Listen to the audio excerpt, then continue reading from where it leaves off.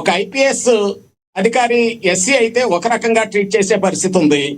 Grass root లెవెల్లో ఎక్కడో మనం సిటీలోను టౌన్లోను కూర్చోవడం కాకుండా కేవలం గ్రామ స్థాయికి వచ్చి ఒకసారి పరిశీలన చేస్తే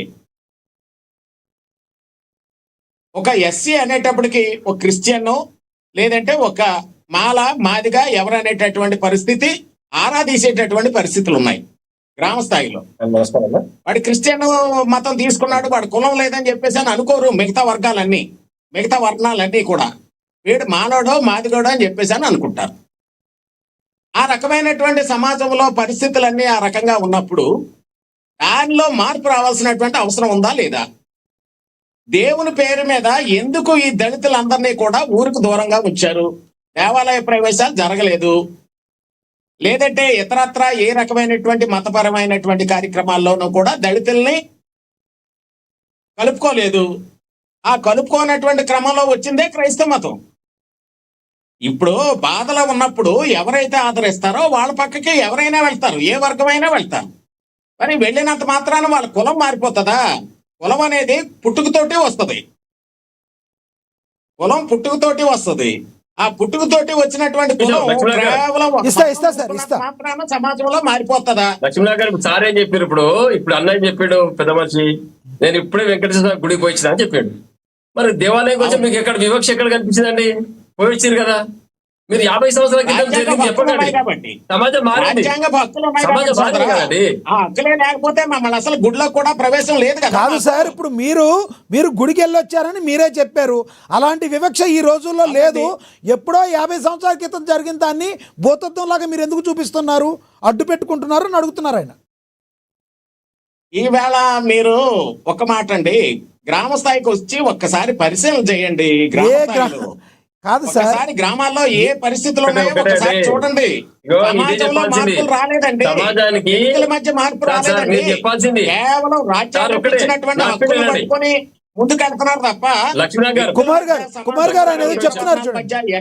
కుమార్ గారు అనేది చెప్తున్నారు. నేను చెప్పేది ఏంటంటే ఒకటే విషయం, మనం చెప్పాల్సింది, మీరు దళిత హిందూ వ్యక్తిగా, ఒక దళితునిగా, ఒక పెద్ద మనిషిగా, ఒక పార్టీకి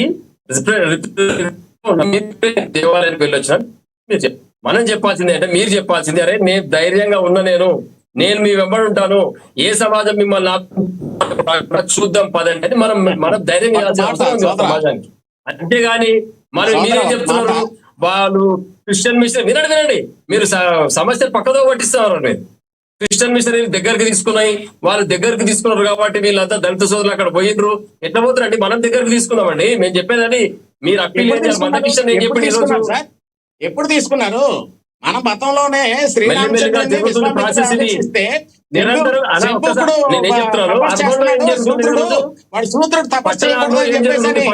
శంభుకుడిని తల కొట్టేయలేదా?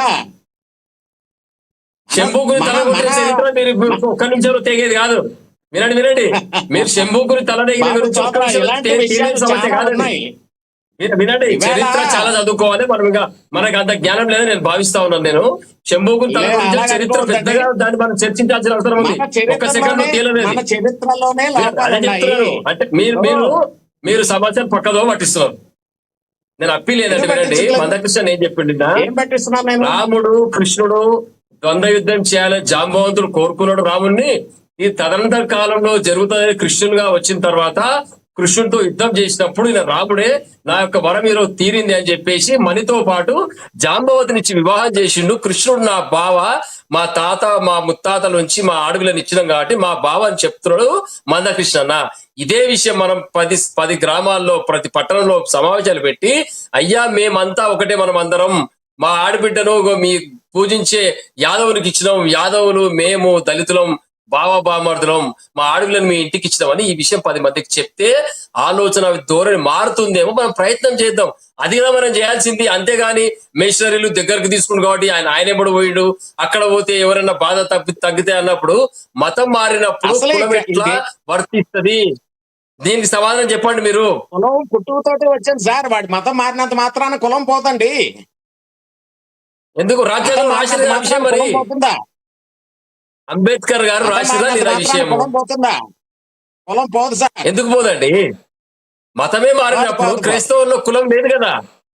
క్రైస్తవుల్లో కుల వ్యవస్థ మతం ఉంటే వేరు. మీరు అన్నట్టుగా అలాగే వర్తిస్తున్నారు. సోదరా, మతం వేరు కులం వేరు.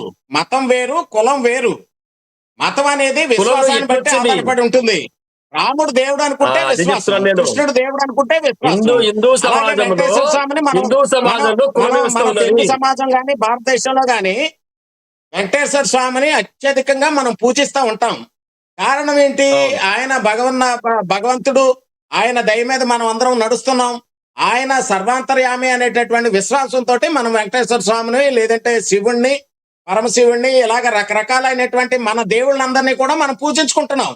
అది మన విశ్వాసం. అవును, ఇది వాస్తవం. కులానికి మతాన్ని ముడిపెట్టడం అనేది కరెక్ట్ కాదు. అయితే ఈ విషయం అంబేద్కర్ గారికి తెలియదంటారా మీరు? ఎందుకు రాయలేవారు? ఏమండి, మతం అంబేద్కర్ మారితే గారు కులం పోతుందని. ఒక మాట అన్నారు. మీరు ఒకసారి గుర్తుపెట్టుకోండి. అంబేద్కర్ గారు, నేను హిందువుగా పుట్టాను, హిందువుగా మాత్రం చనిపోను అన్నాడు ఆయన. ఎందుకన్నారండి ఆ మాట? ఆయనకి ఇబ్బంది ఎందుకన్నారండి? అన్నాడు, కానీ క్రైస్తవులు తీసుకోలేదు. ఏమి ఇబ్బంది? అంబేద్కర్ గారు ఏమి తెలుసు. ఇబ్బంది? అంబేద్కర్ ఇంకో మాట అన్నాడు. మంచినీళ్ళు పోయడానికి, అంబేద్కర్ గారు ఇంకో మాట మంచినీళ్ళు అన్నారు. పోయడానికి వినండి, కుల వివక్ష వినండి. చూపించారు. అంబేద్కర్ గారు వేరే మాట లెక్కలు చెప్తలేదు మీరు. చెప్పేటటువంటి మాస్టర్ల దగ్గర రమ్మంటే కుల వినండి, వివక్షతోటి వినండి. క్యారేజీలు అట్టుకొని బయటకు పోయారు. ఎన్నో రకాలైనటువంటి ఇబ్బందులు.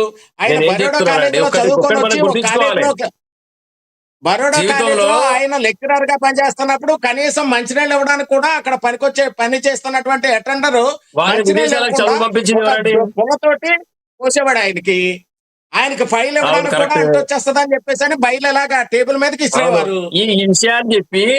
ఈ విషయాలు చెప్పి దళిత యువకుల్లో ఎన్ని రోజులు విషయం నింపుతారు మీరు అందరు కలిసి ఇట్లా? అది తప్పండి. చరిత్ర అది. చరిత్ర చరిత్ర ఎన్ని రోజులు చెప్తారు? రామాయణం ఒక చరిత్ర ఏం చరిత్ర. చెప్పాలంటే మనం మీరు దైవ వినండి. గ్రంథంగా భావిస్తున్నాం. చరిత్ర ఏం చెప్పాలంటే భారతం ఒక అంబేద్కర్ చరిత్ర. గారు వినండి, ఒక్క విషయం చెప్పేది. అంబేద్కర్ గారు సాధించిన విజయాలు చెప్తాం మనం. ఆయన చదువుకున్నాడు, 14 డిగ్రీలు చేసిండు, పిహెచ్డీలు చేసిండు, డాక్టరేట్ చేసిండు, రాజ్యాంగాన్ని లిఖించిండు. ఈ సమాజంలో అందరికన్నా మేధావిగా గుర్తింపబడ్డాడు. ఆయన వారసులం మనం కాబట్టి మనం కూడా కళాశాలకు వెళ్దాం, పాఠశాలకు వెళ్దాం, చదువుకుందాం. ఒక పూట తిన్నా తినకున్నా కష్టాన్ని అనుభవించి మనము ఉన్నత స్థానంలో కూర్చోవడానికి ప్రయత్నం చేద్దామని సమావేశం ఇది చెప్పాలండి. కానీ ఇవాళ ఏం చేస్తారు?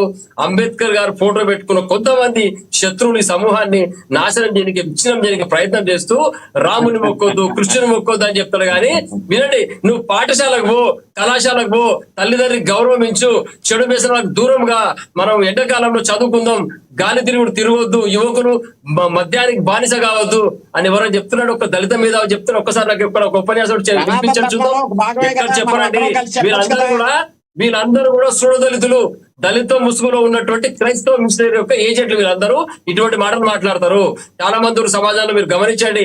చదువుకో, ఒక దళిత యువకుడు కూడా రా చదువుకుందామని ఎవరికి ఎందుకు చెప్పారండి మీరు? అంబేద్కర్ గారు డిగ్రీ సోదరా, ఒక మాట చెప్తాను నేను. ఒక మాట అండి, మీరు అన్నదంతా బాగానే ఉంది.